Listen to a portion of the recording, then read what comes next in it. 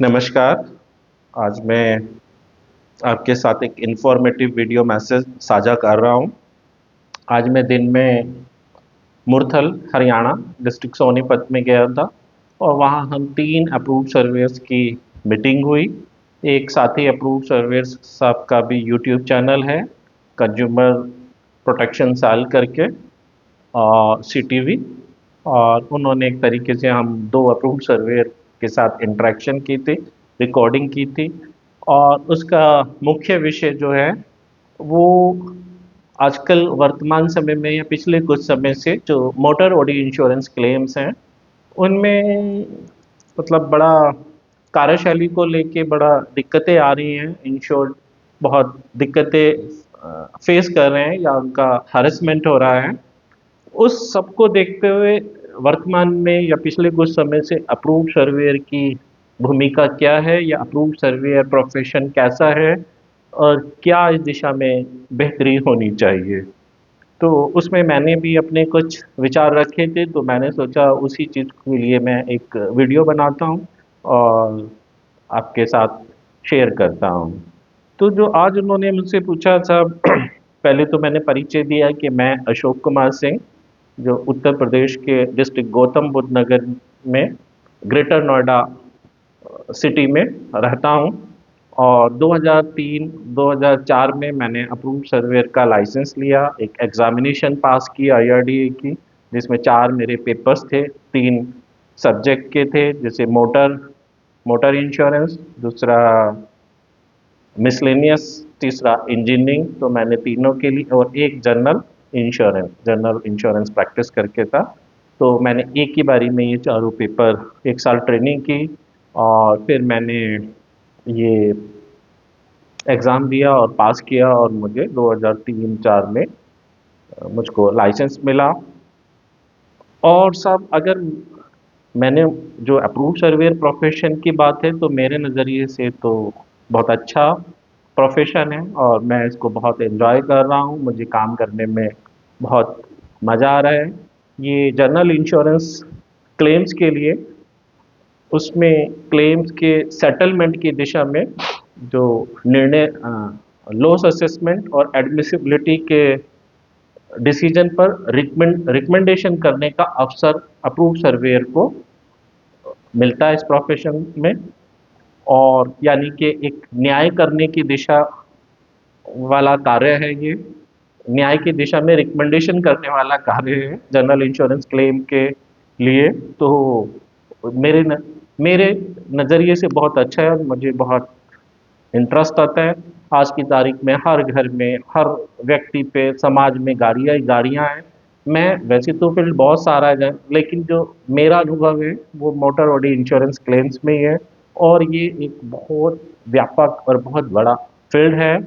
और तो इसलिए प्रोफेशन मेरे लिए तो खैर ये बहुत अच्छा है। दूसरा, उन्होंने पूछा कि वर्तमान में जो अप्रूव्ड सर्वेयर प्रोफेशन में क्या दिक्कतें आ रही हैं या जो इंश्योर्ड को क्यों इतना परेशानी आ रही है। तो मैंने उन्हें इस बारे में जो मेरा मानना ये है कि सब जो नियम कायदे कानून बहुत अच्छे हैं। सर्वे रेगुलेशन में जो अप्रूव्ड सर्वेयर के लिए तय ड्यूटीज एंड रेस्पॉन्सिबिलिटी या कोड ऑफ कंडक्ट है वो बहुत बेहतर है।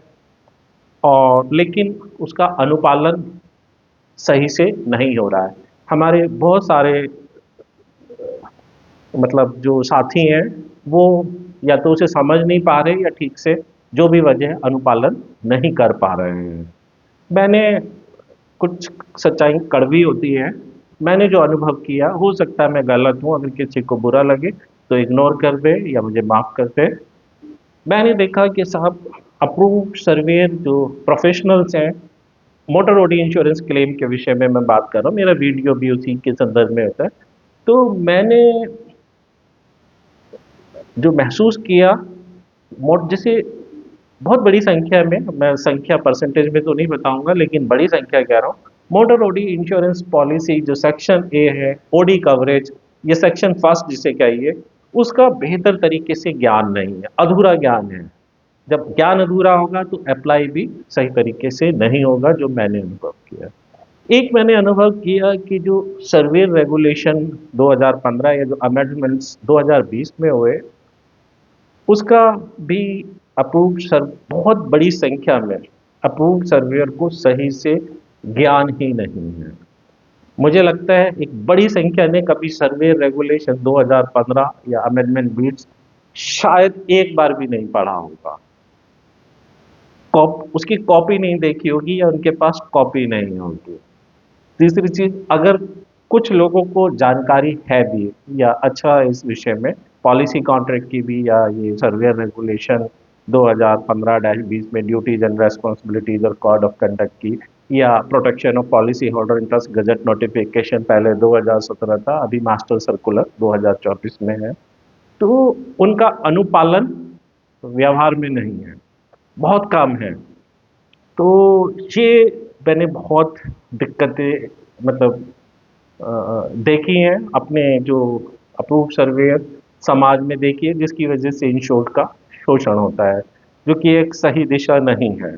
जैसे मैं आपको एक एग्जांपल के तौर पे एक दो एग्जांपल देता हूँ। जैसे अक्सर बहुत सारे अप्रूव सर्वेयर इंश्योर्ड के मांगने के बावजूद, बार बार मांगने के बावजूद भी सर्वे रिपोर्ट की कॉपी इंश्योर्ड को नहीं देते, जबकि सर्वे रेगुलेशन में ये अप्रूव सर्वेयर की जिम्मेदारी लिखी हुई है।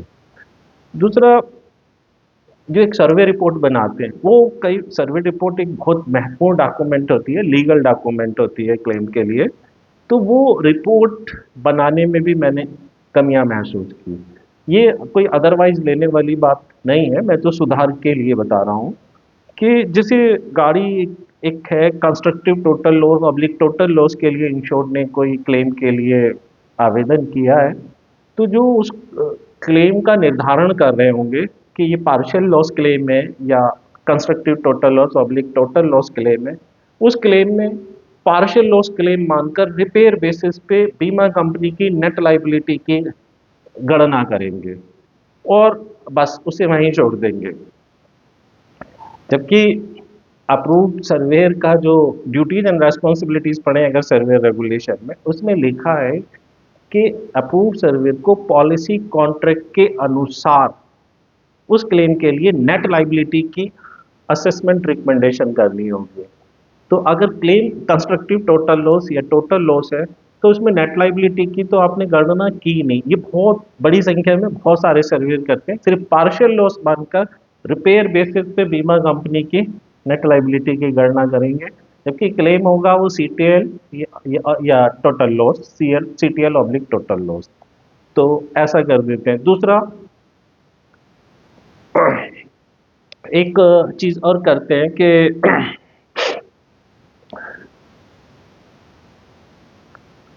कि क्लेम की जो एडमिसिबिलिटी है, कि क्लेम पॉलिसी कॉन्ट्रैक्ट के अकॉर्डिंग तहत एडमिसिबल होना चाहिए या नहीं होना चाहिए, उस विषय पे एडमिसिबिलिटी पे रिकमेंडेशन ही नहीं करते हैं।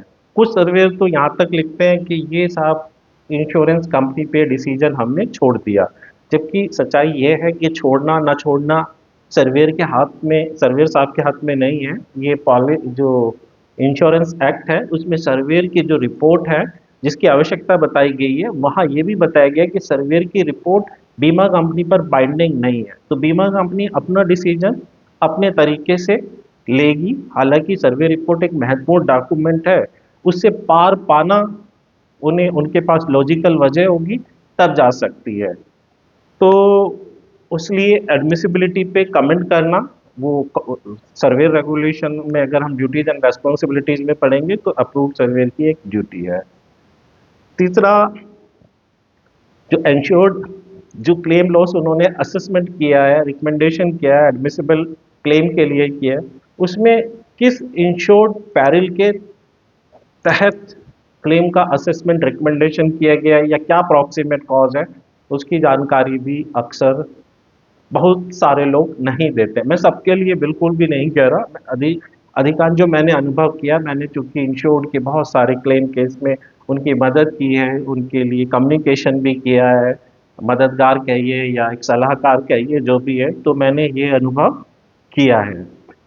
और तो ये सारी चीज़ें मैंने देखी हैं, जबकि सर्वे रिपोर्ट बहुत सही तरीके से होनी चाहिए, तो सर्वे रिपोर्ट प्रिपरेशन में भी हमारे यहाँ एक बड़ी संख्या में कमी है।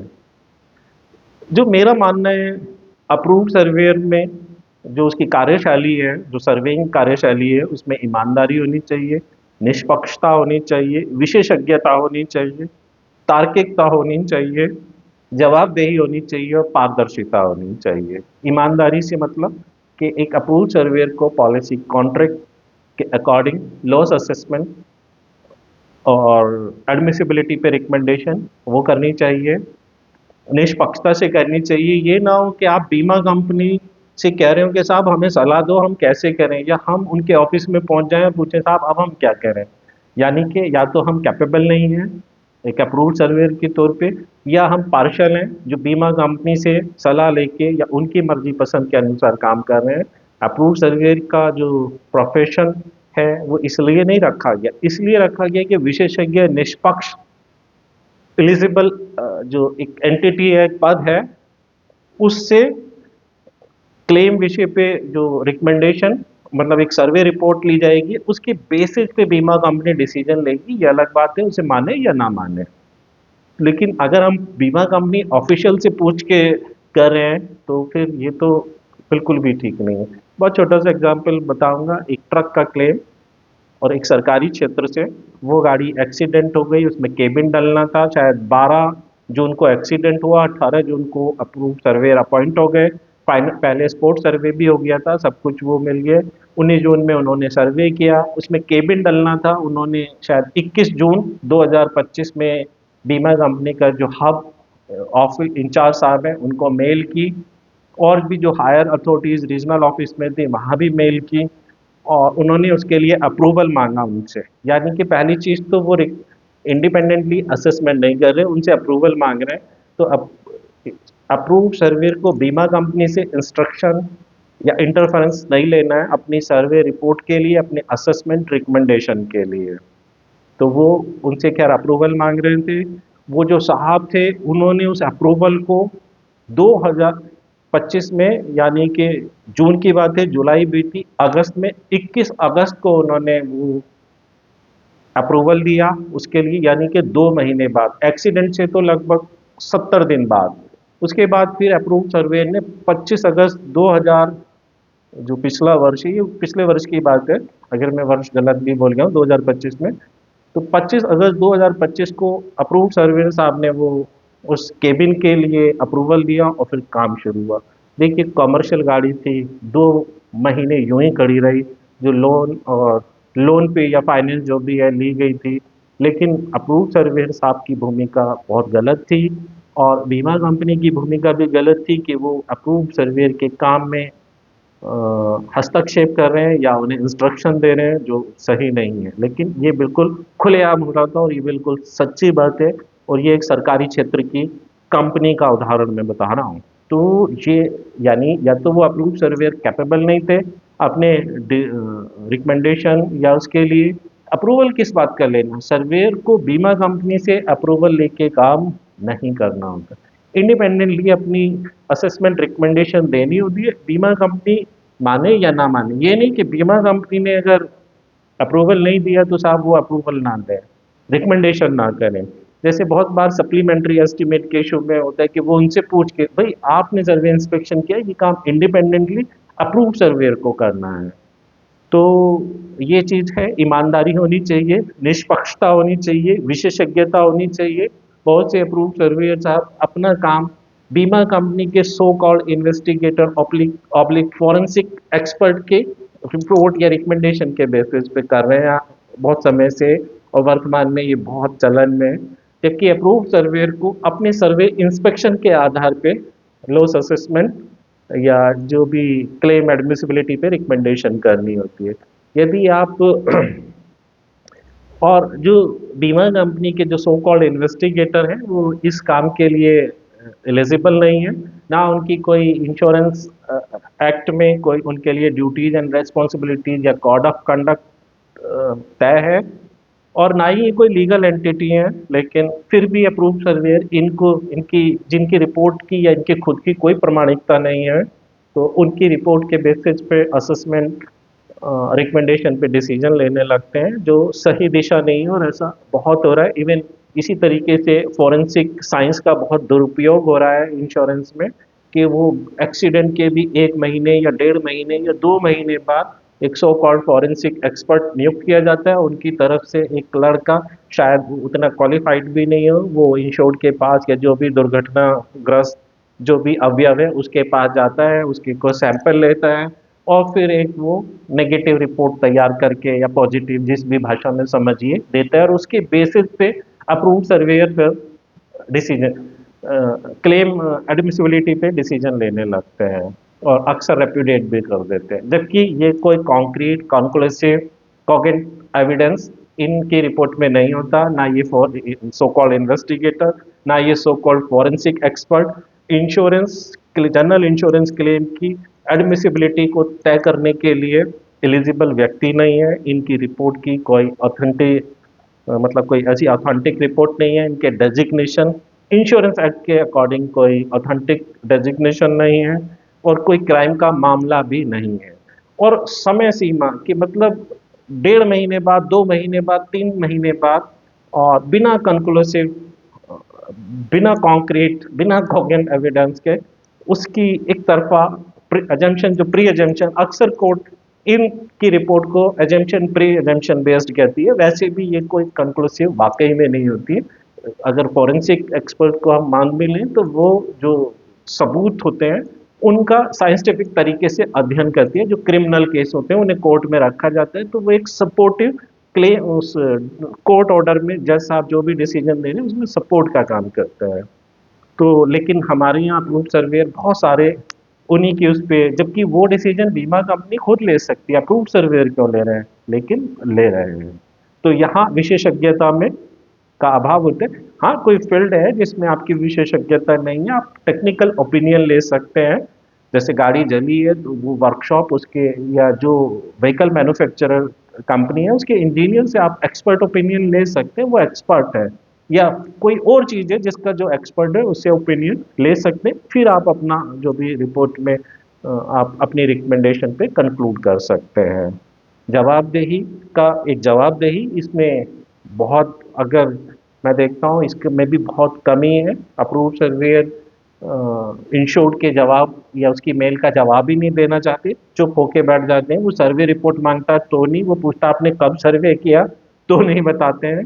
तो ये भी एक कमी है। एक पारदर्शिता, जो कम्युनिकेशन बीमा कंपनी से कर रहे हैं उसमें इंश्योर्ड को साथ नहीं रखते, जबकि उसको भी उसकी मेल आईडी वगैरह को साथ रखना चाहिए। तो ये हमारे जो अप्रूव्ड सर्वेयर प्रोफेशन में मैंने बहुत सारे अप्रूव सर्वेयर की कार्यशैली में ये कमी देखी। मेरा जो इरादा है वो सुधार की दिशा में है। मैं, हमारी संस्था है इसला, उसके जो ऑफिस बियरर्स हैं उनसे भी निवेदन है, आईआरडी से भी निवेदन है कि एक तो अप्रूव्ड सर्वेयर की ज्ञान योग्यता, खासतौर से पॉलिसी कॉन्ट्रैक्ट और अप्रूव्ड सर्वेयर की ड्यूटीज एंड रेस्पॉन्सिबिलिटीज और कोड ऑफ कंडक्ट की जानकारी में जो ज्ञान योग्यता है उसको बढ़ावा देने की दिशा में काम करना चाहिए। इवन अनुपालन की दिशा में भी काम करना चाहिए। ये ना हो कि मन मर्जी से आप कुछ भी कुछ भी कर दें, ऐसा नहीं। बहुत बड़ी संख्या में जो अप्रूव्ड सर्वेयर होते हैं उनका सोचना होता है कि बीमा जिस कंपनी से हमें काम मिल रहा है, जो उनके ऑफिशियल्स हैं, उनकी पसंद, उनकी सेटिस्फेक्शन, उनकी दिशा निर्देशन के अनुसार काम करें। तो ये इसलिए अप्रूव्ड सर्वेयर का रोल इंश्योरेंस एक्ट में नहीं रखा गया। वो न्याय के नजरिए से रखा गया कि बीमा धारक को वाजिब बीमा क्लेम हक मिल सके। तो आप सही दिशा को बढ़ाने का हम सबको प्रयास करना चाहिए। जो मैं देख रहा हूँ अभी अप्रूव्ड सर्वेयर प्रोफेशन की दिशा में एक बड़ी संख्या में जो सर्वेयर हैं वो ठीक दिशा में नहीं है। उसमें या तो नॉलेज की कमी भी हो सकती है, जो मैं कह रहा हूँ, जो मैंने अनुभव किया है कि पॉलिसी कॉन्ट्रैक्ट की जानकारी और सर्वे रेगुलेशन 2015-20 की जानकारी, मास्टर सर्कुलर 2024 की जानकारी जो होनी चाहिए, और अनुपालन में भी उसका बढ़ावा देना चाहिए। इसला के ट्रेनिंग प्रोग्राम्स होते हैं वो स्पेशली इस विषय में ही होने चाहिए। मैंने तो अनुभव किया बहुत से सर्वेयर बहुत अनुभवी हैं, बहुत लंबा समय हो गया, यहाँ तक कि वो ट्रेनिंग भी दे रहे होते हैं, जो इसला के ट्रेनिंग प्रोग्राम है उनमें भी। लेकिन जो उनका खुद का अनुपालन है, वो खुद कुछ सब्जेक्ट पे क्लियर नहीं होते हैं, जबकि बहुत ही सरल शब्दों में, जैसे सर्वे रिपोर्ट मांगना, या जैसे अप्रूव सर्वे का सर्वेइंग खुद करना। लेकिन कई सर्वे खुद ना सर्वे करके, ये एक ईमानदारी है कि वो खुद ना करके अपने काम को आउटसोर्स कर देते हैं, अपने असिस्टेंट या वर्कशॉप जो एलिजिबल नहीं है उससे कराने लगते हैं। ऐसा एग्जांपल तो मैंने राजस्थान में देखा था। तो या अभी एक एक डिसीजन आया है आईआरडीआई का, पेनल्टी तो नहीं लगाई, इंस्ट्रक्ट वार्निंग दी है मुंबई के एक सर्वेयर जो एक एक मुंबई सराउंडिंग्स की, जो एक दिन में उनके 18 दिन ऐसे थे जहां उन्होंने एक दिन में 30 40 50 60 तक सर्वे किए, जबकि वो पॉसिबल नहीं थे। तो उन्होंने जवाब दिया कि उन्होंने अपने असिस्टेंट या जो ट्रेनिंग उनसे भी कराए, और जो नॉन लिमिट वाले वो थे, सर्वे जॉब थे। तो या तो उनको ज्ञान ही नहीं था सर्वे रेगुलेशन का, शायद तभी उन्होंने ऐसा जवाब दिया होगा। जो इतनी बड़ी संख्या में सर्वेइंग कर रहे हैं, और सोचो उनको सर्वे रेगुलेशन का ना तो ज्ञान है ना अनुपालन है। और ऐसा बहुत है, ज़्यादा संख्या में सर्वे काम करना इस बात का परिचायक नहीं है कि उनकी ज्ञान योग्यता, या वो ईमानदारी या विशेषज्ञता या निष्पक्षता, या जो भी कहिए वो बेहतर है। कोई भी बेहतर हो सकता है, काम की क्वांटिटी कोई पहचान नहीं है सर्वेइंग में खास तौर से। तो ये है, तो इसलिए आईआरडीए को भी और इसला को भी सुधार की दिशा में प्रयास करना चाहिए, जिससे बीमा कंपनी को भी सम फायदा होगा, आम बीमा धारक को फायदा होगा, और समाज बेहतर होगा, बेहतरी की दिशा में जाएंगे। और अप्रूव सर्वेयर अपनी जो जिस जिस संकल्पना के साथ सर्वे इंश्योरेंस एक्ट में रखे गए था अप्रूव सर्वेयर प्रोफेशन को, वो अपनी सार्थकता सिद्ध करेगा। होना भी चाहिए, बेहतर समाज वही है जहाँ नियमों के अनुसार काम हो, नियमों का अनुपालन हो। लेकिन अफसोस अभी हमारे जो जो सर्वेइंग फील्ड है, इसमें बहुत ज़्यादा जो भी कहिए गलत चल रहा है, और जिसकी वजह से बहुत सारे आम बीमा धारक ग्राहक का शोषण होता है।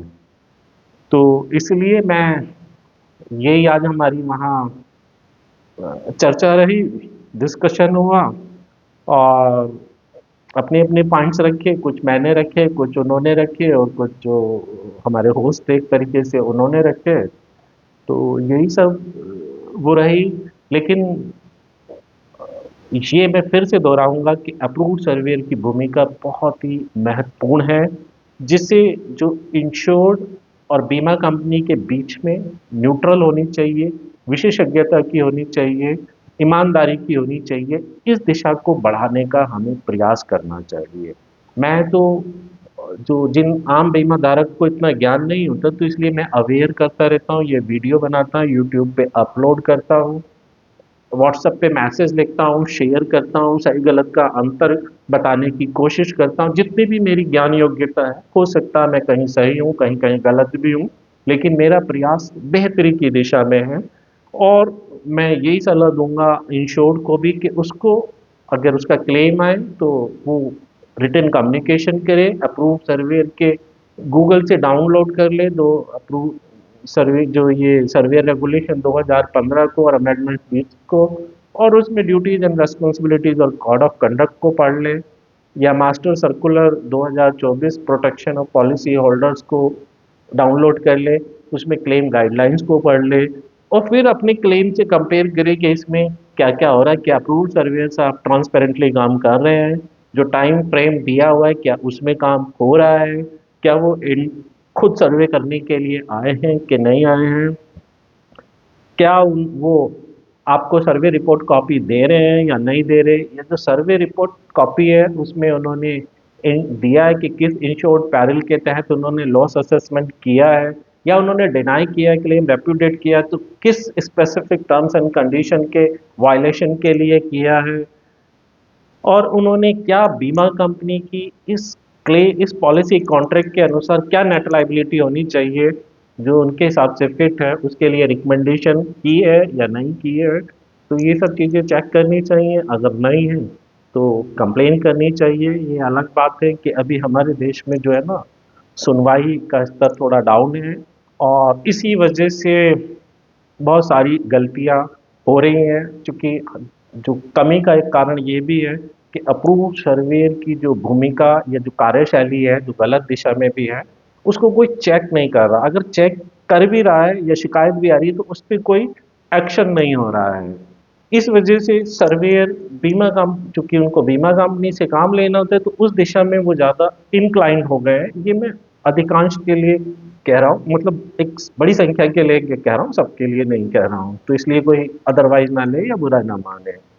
लेकिन अभी हाल फिलहाल में ये लखनऊ सीबीआई कोर्ट ने दो सर्वेयर को, एक कानपुर का केस था, सरकार new India insurance company limited का, वो क्लेम के संबंध में था, जिसमें दो सर्वेयर को सजा दी है और जुर्माना भी लगाया है। बीमा कंपनी के एक मैनेजर को भी लगा और एक कोई और है। तो उसमें उन्होंने बीमा कंपनी के मैनेजर के अनुसार जो भी है रिपोर्ट तैयार की, जो गलत थी।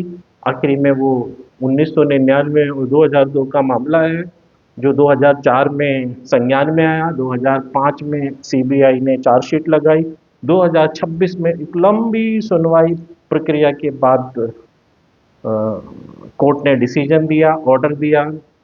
तो एक लंबा समय ज़रूर लगा, लेकिन उनको सज़ा हुई। तो ये है हमारे यहाँ जो सिस्टम है, वो न्यायिक सिस्टम वो सुस्त है बहुत। जैसे इस केस में 20 साल लग गए, 20 से भी ज़्यादा, चार्जशीट के बाद 21 साल लगे हैं। तो एक आम बीमा धारक ग्राहक तो इतना लंबा समय जल्दी से बियर मतलब बर्दाश्त नहीं कर पाएगा, उसको दिक्कत होगी। तो थोड़ा सा जो, और इतनी न्यायिक प्रक्रिया जाने की ज़रूरत ही ना हो, कम से कम जो आईआरडीआई है वो थोड़ा सख्त हो। अभी जो लोकसभा में बिल पारित हुआ इंश्योरेंस अमेंडमेंट एक्ट, जो आगे कानून की शक्ल में भी आएगा, उसमें पेनल्टीज के प्रावधान कुछ और बढ़ाए हैं और कुछ सख्त किए हैं, अमाउंट बढ़ाया है। तो मेरा कहना ये है कि वो सिर्फ लिखावट तक सीमित ना रहें। अगर कोई गलत कर रहा है तो उसे वार्निंग दी जाए और उसके खिलाफ एक्शन हो, कड़ा एक्शन हो, जिससे आदमी को गलत करने में डर हो। ये नहीं कि मनमाने तरीके से कुछ भी जो बीमा कंपनी ऑफिशियल ने कहा तो ऐसा कर दिया जाए, ये ठीक नहीं है। अभी एक कोर्ट ने एक लोअर कोर्ट ने एक अप्रूव्ड सर्वेयर प्रोफेशन के बारे में कहा था, ये तो बीमा कंपनी ऑफिशियल के जस्ट लाइक पपेट है। हालांकि ये मामला फिर हाई कोर्ट में गया, तो हाई कोर्ट ने इसको कहा ये कमेंट सही नहीं है, ऐसा नहीं है कि approved surveyor insurance company official की पपेट है। लेकिन अगर मैं खुद एक अप्रूव्ड सर्वेयर हूँ, जो फिलहाल मैंने बहुत आयत में जो कार्यशैली देखी, वो कड़वी है सच्चाई, हो सकता है बुरा लगे, मुझे माफ़ कीजिए, लेकिन मैंने जो है वो पपेट वाली भूमिका बहुत देखी, विशेषज्ञ वाली भूमिका कम देखी। हैं लोग अच्छा काम भी कर रहे हैं, लेकिन ये भूमिका मैंने कम देखी। तो इसलिए मेरा कहना है, अप्रूव सर्वेयर प्रोफेशन, उसकी कार्यशैली में सुधार होना चाहिए। उनकी ज्ञान योग्यता, मोटर इंश्योरेंस पॉलिसी कॉन्ट्रैक्ट हो या एड ऑन कवरेज हो, या उनके लिए जो duties and responsibility code of conduct के ज्ञान बढ़ाने की दिशा में काम होना चाहिए। और साथ के साथ उनके अनुपालन की दिशा में भी पालन होना चाहिए, मतलब अनुपालन की दिशा में भी काम होना चाहिए। और यदि वो नहीं ठीक से कर रहे हैं तो उन पे नज़र भी रखनी चाहिए, उन पे एक्शन भी लेना चाहिए, ताकि तभी सुधार हो सकता है। जैसे जिस रेड लाइट पे पुलिस खड़ी रहती है, पुलिस की गाड़ी या पुलिस वाला, तो वहाँ लोग नियम का पालन करते हैं। हमारे देश में ऐसा बहुत है। और जहाँ कोई नहीं है तो वो सरपट भागे चले जाते हैं। तो हमें भी एक पुलिस वाले की ज़रूरत है, जैसे ट्रैफिक सिग्नल पे होता है। तो अब ये बहुत लंबा वीडियो हो गया, अब इसको विराम देते हैं। नमस्कार।